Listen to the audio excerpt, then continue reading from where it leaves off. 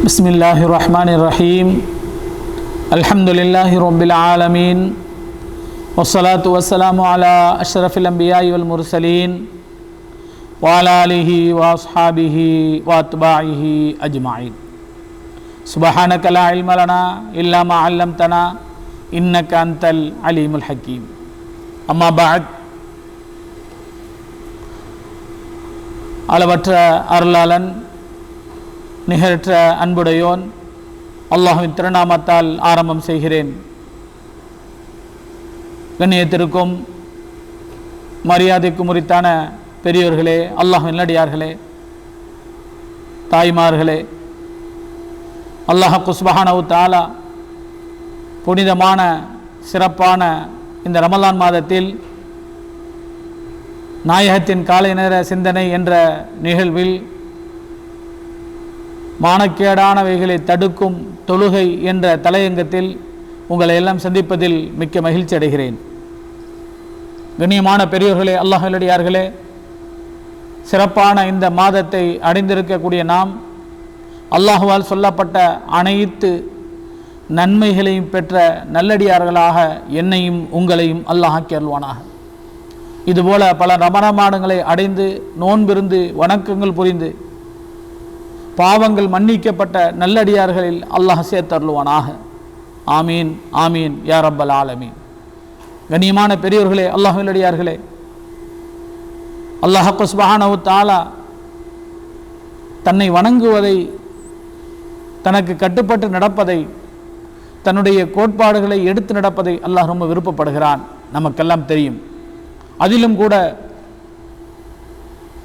தன்னுடைய சிரசை, தன்னுடைய நெற்றியை கீழே வைத்து வணங்குவதை, அவனுக்கு எல்லாமே நீந்தான் என்று அல்லாஹ்விடத்தில் சரணடைவதை, தன்னை சிரசை பணிந்து நடப்பதை, தலை குனிவதை, சஜிதா செய்வதை அல்லாஹ் ரொம்ப விருப்பப்படுகிறான். அதிலே ஒரு வகைதான் தொழுகை. அந்த வணக்க வழிபாட்டை, தொழுகையை அல்லாஹ் ரொம்ப விருப்பப்படுகிறான். ஃபர்லான வணக்கம் மட்டுமல்ல, சுன்னத்தான, நஃபிலான, இதுபோல ஏனைய வணக்கங்களின் மூலமாக அல்லாஹ்விடத்தில் சஜிதா செய்வதை அல்லாஹ் ரொம்ப விருப்பப்படுகிறான். அந்த தொழுகை மனிதனை உயர்த்துகிறது, கெட்ட காரியங்களை விட்டும் அவரை தடுக்கிறது, அருவருக்கத்தக்க செயலிலிருந்து, மானக்கேடான விஷயங்களிலிருந்து இந்த தொழுகையாளியை அல்லாஹ் பாதுகாக்கிறான், தடுத்து வைக்கிறான். குர்ஆன் ஷரீஃபில் அல்லாஹ் பேசுகிறான், இன்ன ஸலாத்த தன்ஹா அனில் ஃபஹ்ஷாய் வல் முன்கர். ஒருத்தர் அல்லாஹ்வை வணங்கக்கூடியவராக ஆகிவிட்டால் அந்த தொழுகை அவரை அருவருக்கத்தக்க செயலை செய்வதிலிருந்தும், மானக்கேடான செய்திகளை பேசுவதிலிருந்தும் செய்வதிலிருந்தும் அவரை அந்த தொழுகை தடுத்து விடும் என்று அல்லாஹ் பேசுகிறான்.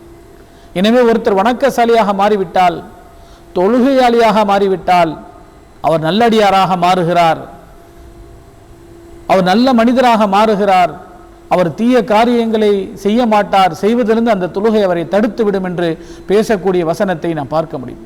எனவே புனிதமான இந்த ரமலான் மாதத்தில் ஃபர்லுகள் மட்டுமல்ல, அல்லாஹ்வால் கொடுக்கப்பட்ட கடமைகள் மட்டுமல்லாமல் அதிகப்படியாக அல்லாஹ்வை வணங்குதல், சஜிதாவிலிருந்து அல்லாஹ்வை துஆ செய்தல், அதிகமாக அல்லாஹுக்கு பணிந்து நடக்குதல், இந்த காரியங்களில் ஈடுபட வேண்டும். அதுபோல வணங்குதலை, தொழுகையை வணங்குவதை அல்லாஹ் ரொம்பவும் விருப்பப்படுகிறார். நபி ஸல்லல்லாஹு அலைஹி வஸல்லம் அவர்கள் சொல்கிறார்கள், அஸ்ஸலாத்து மிஃப்தாஹுல் ஜன்னா. தொழுகைதான் சொர்க்கத்தின் திறவுகோல்.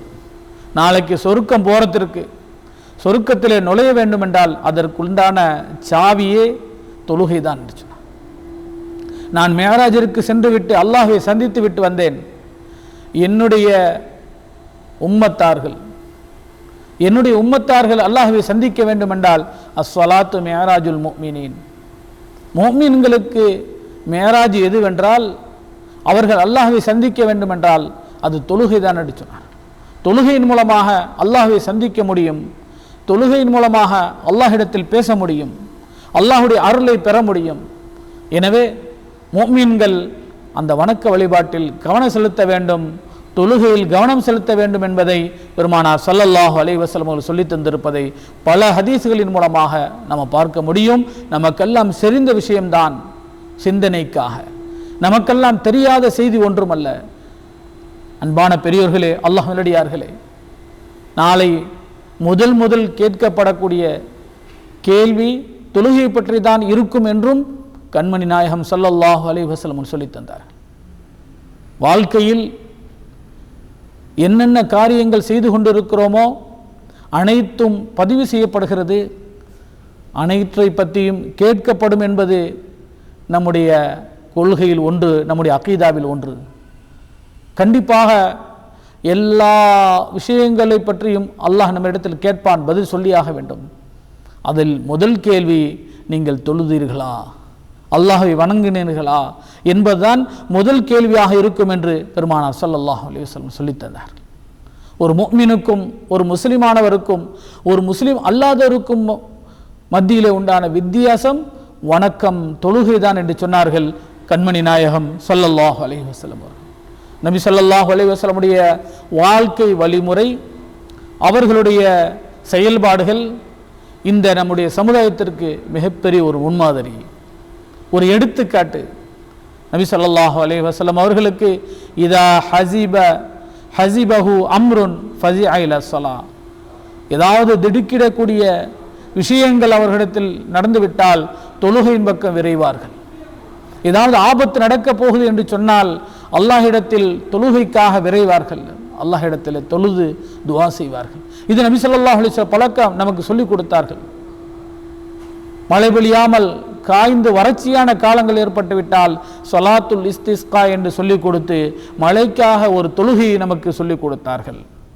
சூரிய கிரகணம், சந்திர கிரகணம் ஏற்பட்டால் ஸலாத்துல்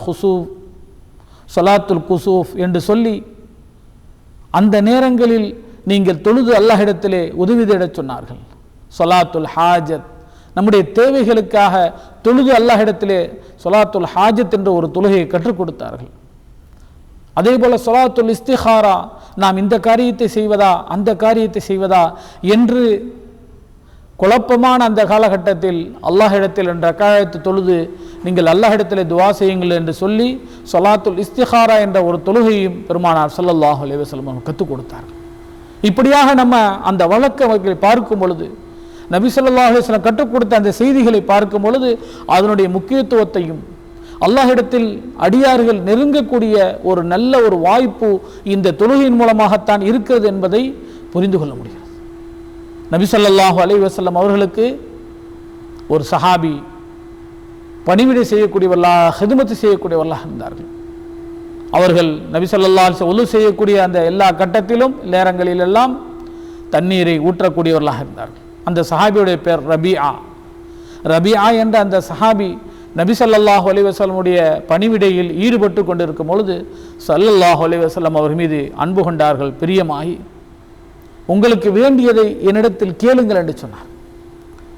நீங்கள் எது விருப்பப்படுகிறீர்கள் என்னிடத்தில் அதை கேளுங்கள் என்று சொன்னார். அன்பாமிக்க பெரியோர்களே, அல்லாஹ்வின் அடியார்களே, பெருமானார் ஸல்லல்லாஹு அலைஹி வஸல்லம் நம்முடைய உயிருக்கு உயிரான உயிரிலுமான கண்மணி நாயகம் ஸல்லல்லாஹு அலைஹி வஸல்லம் அவர்கள் சொல்லிவிட்டால் அல்லாஹ் அதை கொடுப்பதற்கு தயாராக இருக்கிறான். உங்களுக்கு வேண்டியதை கேளுங்கள் என்று தனக்கு பணிவிடை செய்த அந்த சஹாபி இடத்தில் சொன்ன பொழுது, அந்த சஹாபி நாம இருந்தால் நமக்கு என்னென்ன தேவையோ அதையெல்லாம் நபி ஸல்லல்லாஹு அலைஹி வஸல்லம் சொல்லி அல்லாஹ் இடத்துல வாங்கித்தாங்கள் என்று சொல்லியிருப்போம். சஹாபாக்களுடைய என்ன கேட்டார்கள், அந்த சஹாபி என்ன கேட்டார்கள் என்பதையெல்லாம் நான் சிந்தித்து பார்க்கும் பொழுது அவர்களுடைய அந்த ஈமானுடைய உயர்வு நமக்கு புரிய வருகிறது, மார்க்கத்தினுடைய உயர்வு நமக்கு புரிய வருகிறது, உலகம் அது அற்பமானது என்பது புரிய வருகிறது, மறுலோக வாழ்க்கை தான் இது நிரந்தரமான வாழ்க்கை என்பதை அவர்களுடைய அந்த சொற்களிலிருந்து நம்ம புரிந்து கொள்ள முடிகிறது. சஹாபி ரபியாங்கிற அந்த சஹாபி ரலியல்லாஹு அன்ஹு அவர்கள் தனக்கு உலகத்தினுடைய எந்த எதையும் கேட்கவில்லை. சொன்னார்கள், யா ரசூலல்லாஹ், நான் நாளை உங்களோடு சொர்க்கத்தில் இருக்க நான் விருப்பப்படுகிறேன் என்று சொன்னார். அஸ்அலுக்க முராஃபகத்தக ஃபில் ஜன்னா, யா ரசூலல்லாஹ், நாளை உங்களோடு நான் சொர்க்கத்தில் உங்கள் நெருக்கமாக இருப்பதை விருப்பப்படுகிறேன் என்று சொன்னார்.